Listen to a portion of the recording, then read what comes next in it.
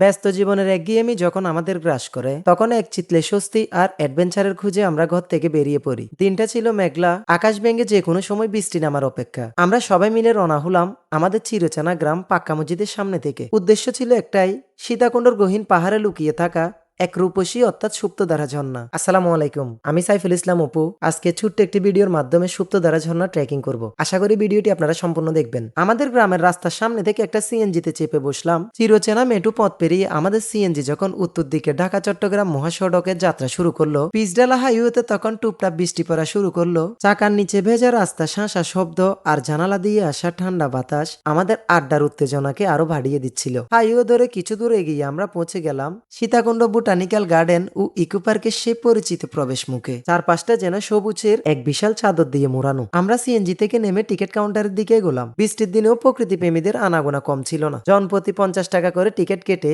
আমরা যখন পার্কের ভিতরে পা রাখলাম তখন এক অদ্ভুত শান্ত আর মায়াবী পরিবেশ আমাদের স্বাগত জানালো। ভেতরের বিশাল সাইনবোর্ডে পার্কের ম্যাপটা একবার দেখে নিলাম। ট্রেকিং শুরু করার ঠিক আগের এই মুহূর্তটা সবসময় একটু অন্যরকম রোমাঞ্চ দেয়, কারণ আমরা জানি না সামনে পাহাড়ি পথ আমাদের জন্য কি চমক নিয়ে অপেক্ষা করছে। পাহাড়ি কাদামাটির পথ, যা বৃষ্টির কারণে কিছুটা কাদা আর পিচ্ছিল হয়ে আছে। পায়ের নিচে ইটের টুকরা বিছানো ট্রেল ধরে আমরা গভীর বনের দিকে এগোতে লাগলাম। ঝুমঝুম বৃষ্টি শুরু হয়ে চারপাশের গাছগুলো যেন আরো গাঢ় সবুজ হয়ে উঠেছে। এই যে আপুরা দেখতেছেন এখানে অলরেডি টিকটক করতেছে। কিছু দূর যাওয়ার পরে শুরু হলো সুপ্তধারার দিকে নেমে যাওয়া সেই বিখ্যাত আর খাড়া সিঁড়িপথ। উপর থেকে নিচের দিকে তাকালে বুকটা কিছুটা কেঁপে উঠে ঠিকই, কিন্তু ভাই বন্ধুরা সাথে থাকলে কোনো ভয়ই আর ভয় থাকে না। সিঁড়িগুলো বৃষ্টির পানিতে ভিজে বেশ পিচ্ছিল হয়েছিল। কেউ কেউ তো বাড়তি সাপোর্টের জন্য গাছের ডাল বা বাঁশের লাঠি জোগাড় করে নিল। পাহাড়ি ট্রেলের এই ক্লান্তিটুকুই যেন এক পরম আনন্দ। সিঁড়ি বেয়ে যতই নিচে নামছিলাম, কানের কাছে বনের নীরবতা ভেঙে ধেয়ে আসছিল এক চেনা গর্জন। ভাইয়া কি চাঁদপুর নেই সব নাকি চুরের দল? ভাই আমি আপনারা গালি দিলাম, আপনি আমাকে সালাম দিলেন। চাঁদপুরের মানুষ ভাই, সবাইকে ভালোবাসতে জানি। পাহাড়ের উপর থেকে যখন দূর পাহাড়ের কুয়াশা আর মেঘের ভেলা দেখছিলাম, মনে হচ্ছিল আমরা যেন মেঘের রাজ্যে চলে এসেছি।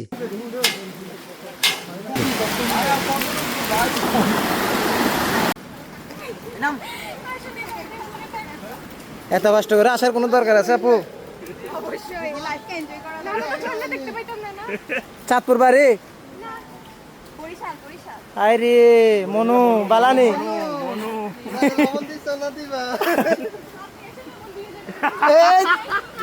অবশেষে সব ক্লান্তি ধুয়ে মুছে গেল যখন আমরা সুপ্তধারা ঝর্ণার একদম পাদদেশে এসে দাঁড়ালাম।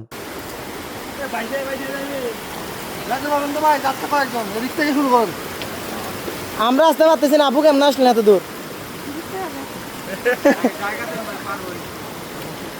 পাহাড়ের বুক চিরে সাদা দুধের মতো পানির ধারা আছড়ে পড়ছে পাথুরে মাটিতে। বৃষ্টির কারণে ঝর্ণার যৌবন যেন আজ পূর্ণতা পেয়েছে। চারদিকে শুধু পানির গর্জন আর হিম শীতল জলের কণা বাতাস উড়ছে। আমরা নিজেদের ধরে রাখতে পারলাম না, ঝর্ণার সেই বরফ শীতল পানিতে নেমে পড়লাম। আসলে জীবনের আসল সার্থকতা দামি কোনো রেস্টুরেন্ট বা বিলাসী জীবন নয়, ভাই বন্ধুদের সাথে কাটানো এমন কিছু পাগলামি আর প্রকৃতির এই বাঁধভাঙ্গা আনন্দের মাঝে লুকিয়ে থাকে। পাক্কা মসজিদ থেকে শুরু হওয়া আমাদের এই ছোট্ট জার্নিটা আমাদের স্মৃতির পাতায় চিরকাল সুপ্তধারার মতোই সতেজ হয়ে থাকবে। আজকের জন্য এতটুকুই। যদি ভিডিওটি ভালো লাগে লাইক, কমেন্ট, শেয়ার করে পাশে থাকবেন। ধন্যবাদ।